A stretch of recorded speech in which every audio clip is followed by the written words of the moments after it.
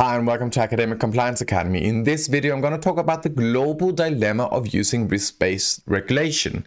Because are we just talking about positive spillover effects when we want to fight for the climate or go against organized crime? Or are we talking about that we can see some tendencies of legal colonization? So this is the topic.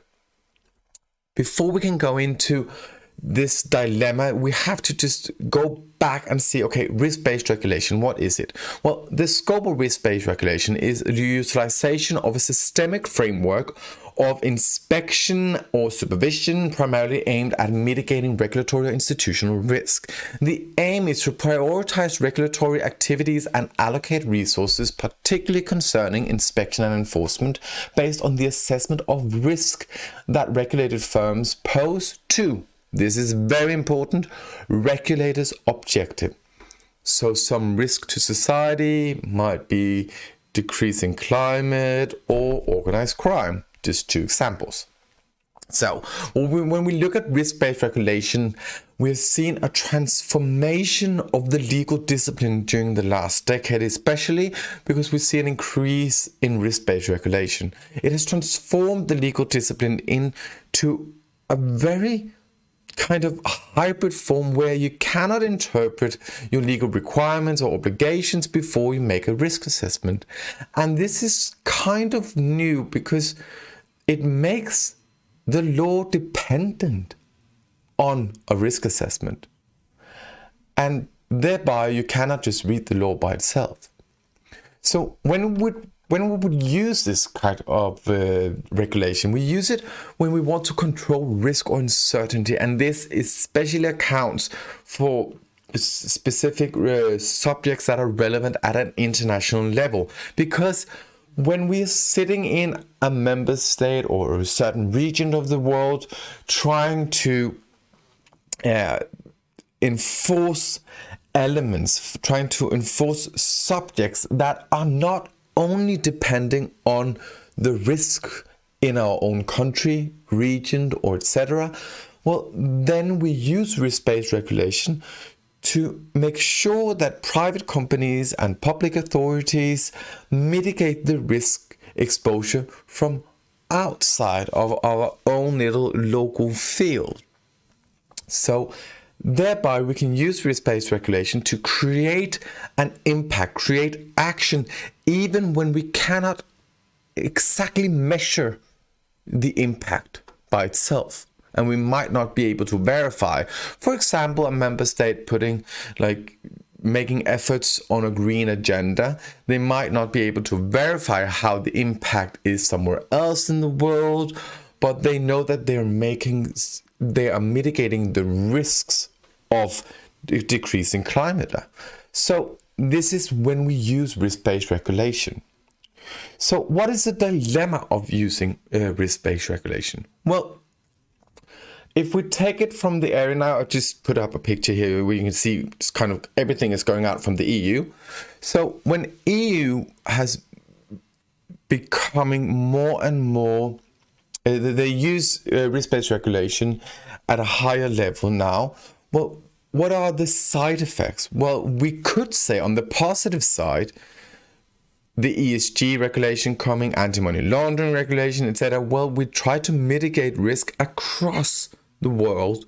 So we try to enhance the legitimacy of our society and trying to save humanity, some would say, saving the climate or fighting crime. But on the other hand, aren't we also at the same time kind of expecting everyone else to have the same legal interpretation and societal expectation as we do? Because when we use risk-based regulation, we force our companies, our public authorities, to regard the essence and the aim of our regulation and interpret that on the behavior of other states or other public authorities or other private entities outside our own regulatory area. And they might be under consideration or a different kind of legal interpretation.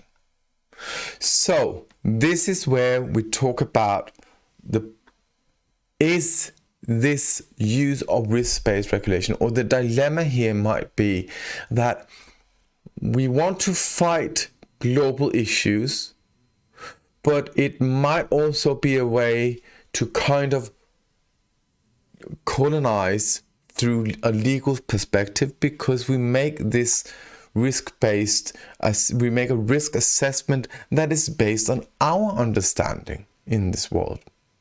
So mainly where we can see that EU has used this risk-based regulation, they have stepped very slowly and primarily used it within areas that are already covered at the UN level. So in that sense, we could say that it's kind of, we already agree across nations and also outside of the European scope.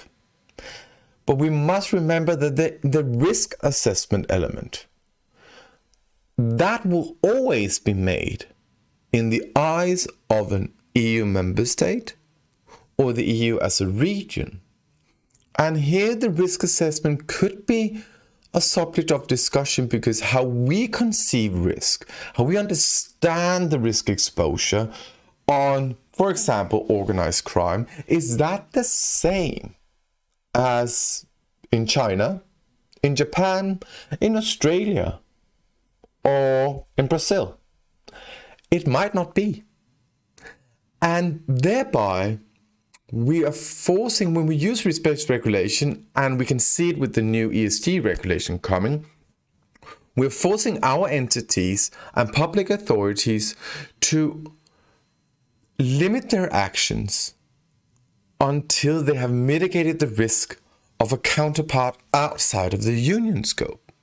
Which means that we're kind of forcing EU law, or the EU risk assessment eyes, to the rest of the world if they want to trade with us.